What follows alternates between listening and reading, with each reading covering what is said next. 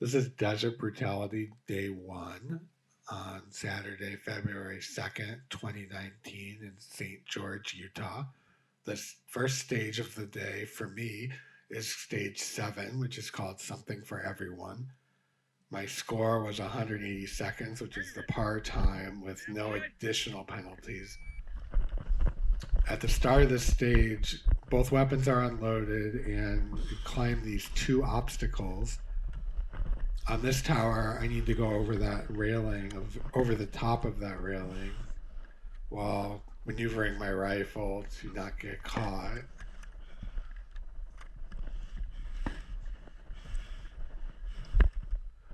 I then have to go over this inverse wall.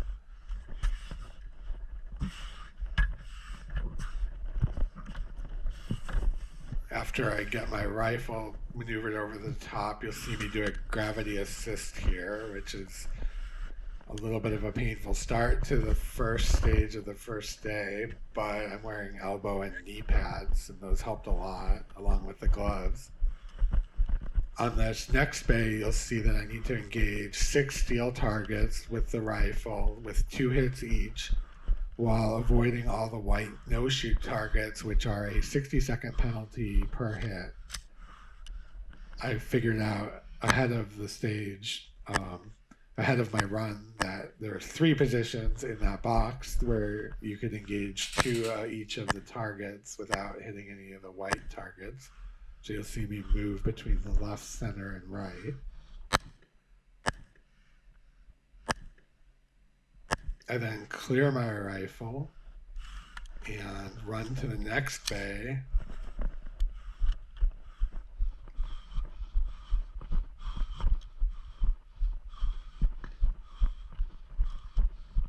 Once across this fault line, I'm able to load my rifle and engage the 4 paper targets with 2 hits each from anywhere in the bay.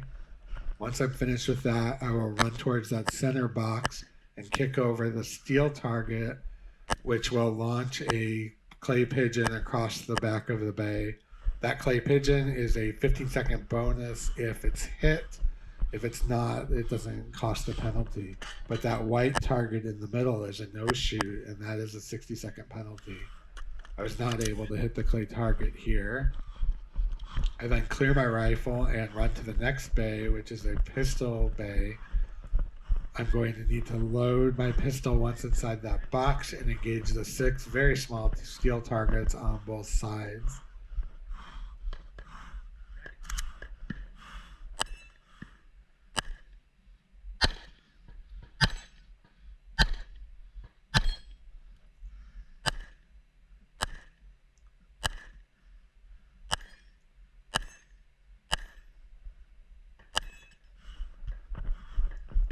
I will then finish the stage by kicking over this steel target and launching another clay pigeon, which I'm unable to hit before the par timer goes off. Slide forward, hammer down, holster. Range is clear. Stage 8 is the Casarda drill, which is the classic throw the 62.5-pound kettlebell for 50 yards. Once that's done on this stage, there's a rifle spinner that's engaged from prone. In between each throw, you go prone and put 1 hit on the bottom of that rifle spinner. It's a steel target. Then get up and throw the kettlebell repeatedly. Each one of those wood planks is a bonus line, and there's a 15-second bonus each time you get the kettlebell past one. That means that I was able to at least get the kettlebell far enough to get a 60-second bonus, which offset my 60-second penalty where I ran out of time to engage the rifle spinner at the end.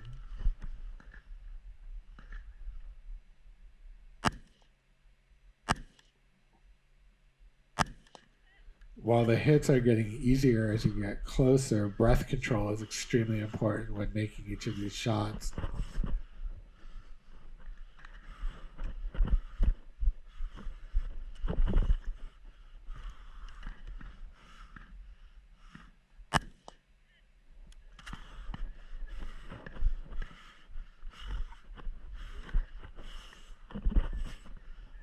throwing the kettlebell from a squat, trying to get enough distance on it. I think what the most successful people were able to do was to get it to roll a lot more once it hit the ground. And that got longer throws for him.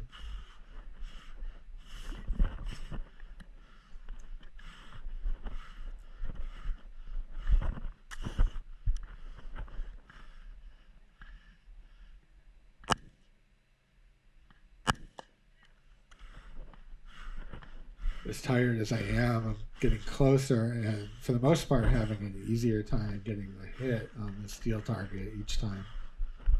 In between, I don't feel like I'm even standing up all the way. I feel like I'm kind of dragging the rifle lower across the ground and getting to the next position.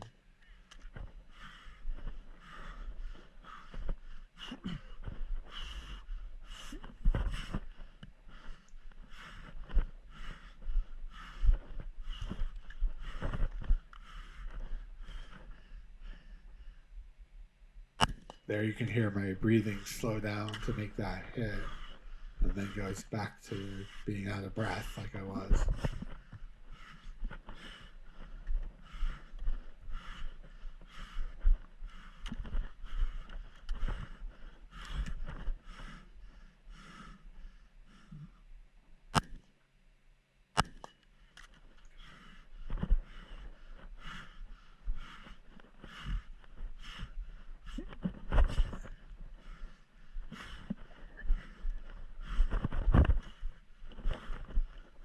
This is definitely considered the least fun and most painful of the stages, and is one of the kind of classic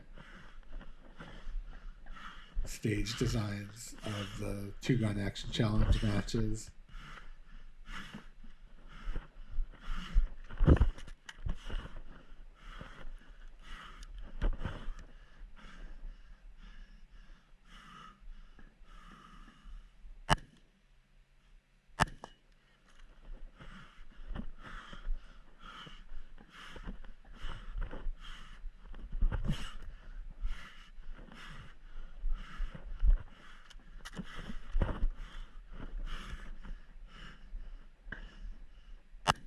The berm on the right is where you're supposed to go prone and engage the rifle target, but you have to get the kettlebell past that last fault line. You can see I didn't quite make it. There's the timer. Stage 5 is called Math Class. The stage starts with 3 cards that have a 2, 3, or 5 on them. I will need to turn one over, and that will be my number for this stage. Each of the targets downrange are labeled with a number that's divisible evenly, either by 3, 5, or 8, or some combination thereof. And you can only shoot the targets that are divisible by the number of the card you picked. I also need to drag this fake machine gun with me through most of the stage, through this ditch. It's very heavy, and I wasn't able to pick it up with one hand, but it took 2 hands. And you also need to manage your rifle during that time and not muzzle yourself, even though it's unloaded and safe. Some people also got their rifle barrel stuck in the dirt and filled it with dirt, which is extremely unsafe. They were smart enough not to shoot their rifle, which would have blown it up most likely. I avoided that by just carefully placing my rifle flat each time. I use my right hand here to carry the machine gun because it's a lot heavier and it's easy to maneuver the rifle with my left hand still. From inside this roof type thing, I then engage each of the targets that are evenly divisible by 2. There should be, I think, 5 for each number that could be picked. The numbers are written on those white plates below the cardboard target. Then unload and clear my rifle and bring the machine gun with me to the outside of this berm into the next bay, where I then put the machine gun and the rifle in the trunk of that car, climbed through the passenger side window, and engaged the rest of the paper targets with the correct number on them with my pistol. I had a pretty good run overall of the stage, but I somehow missed one of these paper pistol targets, which caused a 60-second penalty. In the future, at this point, I would have shot some of them more than once or more than twice if I wasn't sure that I hit them. One of those requires leaning over so as not to shoot through the target in front of it. If you are finished, unload shall clear. If clear, hammer down. Let me have it. Come on out.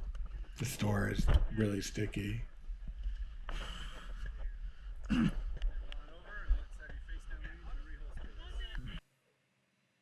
Stage 6, the final stage of Saturday, was called Screw It, I'll Bomb Tokyo Myself, and it was definitely the most fun stage of the day.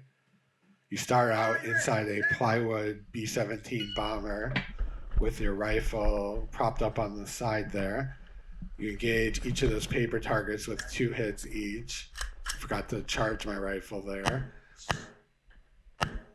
These close range headshot engagements require you to know your bore offset of your rifle, because if you aim just where the dot is showing, you'll actually hit low.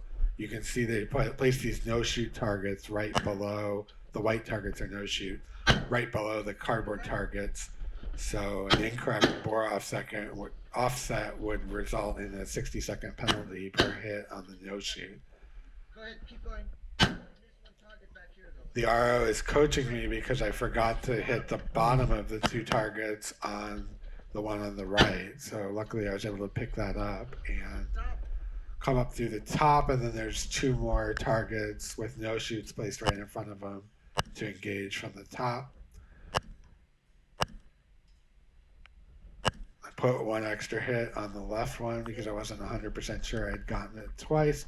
I then safe my rifle into this box and climb out of the bomber, where I pick up a rather heavy fake bomb. It's all metal, and carry it on my shoulder to the next bay where there is a tire-shaped target.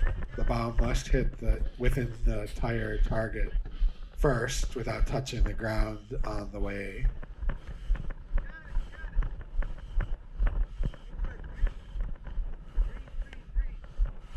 Once you've dropped the bomb, so to speak, you get on these wooden planks and engage all the steel targets from on the plank. If you fall off the plank, it's okay, but if you shoot any targets without both feet on the plank, you have to re-engage them. The clear walls are considered hard cover. They're clear for safety, but you can't shoot through them. You got to shoot around them. Hence the movement to different positions on the beams as I go through all the targets. Here I got a foot off the beam. I wasn't sure if I had to reshoot a target. I did not.